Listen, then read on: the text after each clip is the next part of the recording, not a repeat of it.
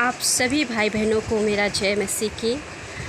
20 साल कलीसिया की सीरीज़ में मैं आज छठवां बिंदु लेकर आई हूँ और आप लोग के सामने बताना चाहती हूँ कि 20 साल कलीसिया हमारे लिए क्यों ज़रूरी है और विशाल कलीसिया कैसे हो सकता है। जब हम सेवा में हैं तो बहुत ज़रूरी है कि हम एक बड़ी दर्शन को रखें, बड़ी आशा को रखें और बड़े विश्वास को रखें, और उसी तरह से हम अपनी कलीसिया की उन्नति को देख सकते हैं। और ना सिर्फ कलीसिया, लेकिन हम जिस क्षेत्र में भी काम करते हैं, जब हम अपने दर्शन बड़े रखते हैं तो हमारे दर्शन पूरे होते हैं। जब हम दर्शन छोटे रखते हैं तो हमारे कार्य भी छोटे होते हैं।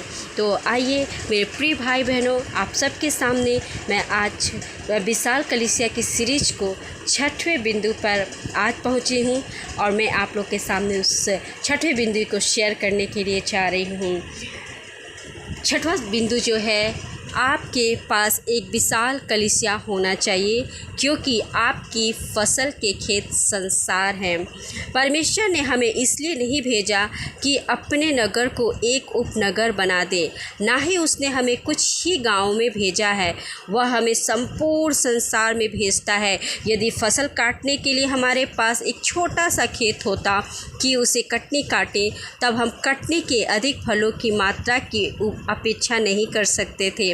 और उसने उनसे कहा, तुम सारे जगत में जाकर सारी सृष्टि के लोगों को समाचार प्रचार करो। जो विश्वास करे और बपतिस्मा ले उसी का उद्धार होगा, परंतु जो विश्वास ना करेगा वह दोषी ठहराया जाएगा। मरकुस 16 के 15 से 16 में यह सच्चाई है कि संपूर्ण संसार को सुसमाचार सुनाना है और आत्माओं की फसल जिसे हम लाते हैं यह बड़ी मात्रा में होना चाहिए।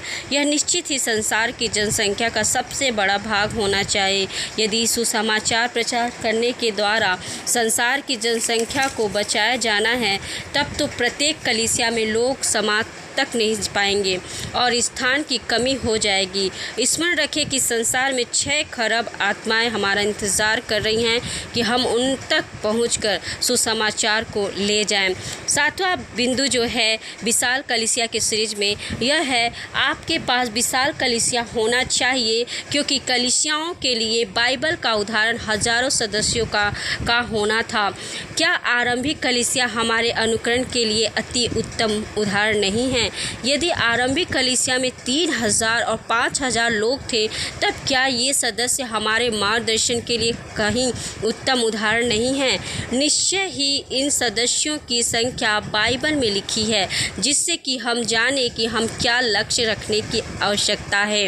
अतः जिन्होंने उसका वचन ग्रहण किया उन्होंने बपतिस्मा लिया और उसी दिन 3000 मनुष्यों के लगभग उनमें मिल गए और वे प्रेरितों से शिक्षा पाने और संगति रखने और रोटी तोड़ने और प्रार्थना करने में लौलीन रहे। प्रेरितों के काम 2 अध्याय 41 से 42 में। फिर जब हम प्रेरितों के काम 4 के 4 में देखते हैं तो इस तरह से लिखा है, परंतु वचन के सुनने वालों में से बहुतों ने विश्वास किया और उनकी गिनती 5000 पुरुषों के लगभग हो गई।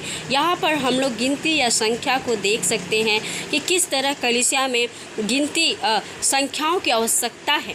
हमारी कलीसिया में भी बहुत ज़रूरी है कि हमारी कलीसिया की संख्याएं बढ़ाई जाने पाए।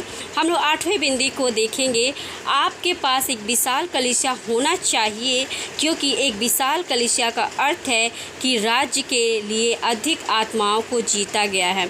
एक बड़ी कलीसिया में कई आराधना सभाएं होंगी, अधिक संभावनाएं होंगी जो छोटी कलीसियाओं में ना के बराबर होती हैं।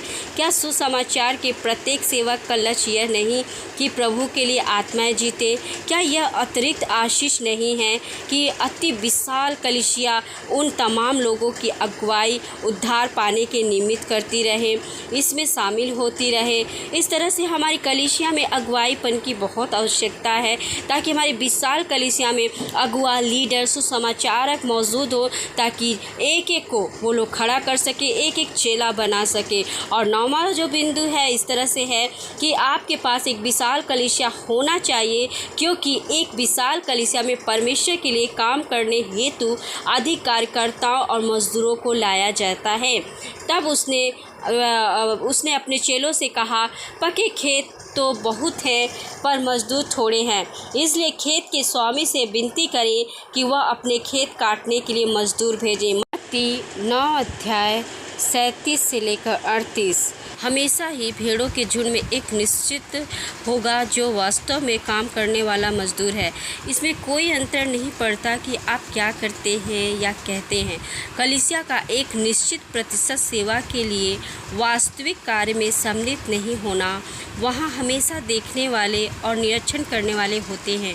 वहाँ हमेशा टीका टिप्पणी करने वाले होते हैं। मजदूर और कार्यकर्ता हमेशा सेवकाई में होने चाहिए। जितनी भीड़ आपके पास होगी उतनी ही अधिक मजदूर सेवा हेतु बाहर भेजे जाएंगे और फिर आप उनकी आर्थिक सहायता करने में भी सक्षम होंगे। परमेश्वर हम सबको इस शिक्षा के द्वारा आशीषित करें। Thank you. जय मसीह की।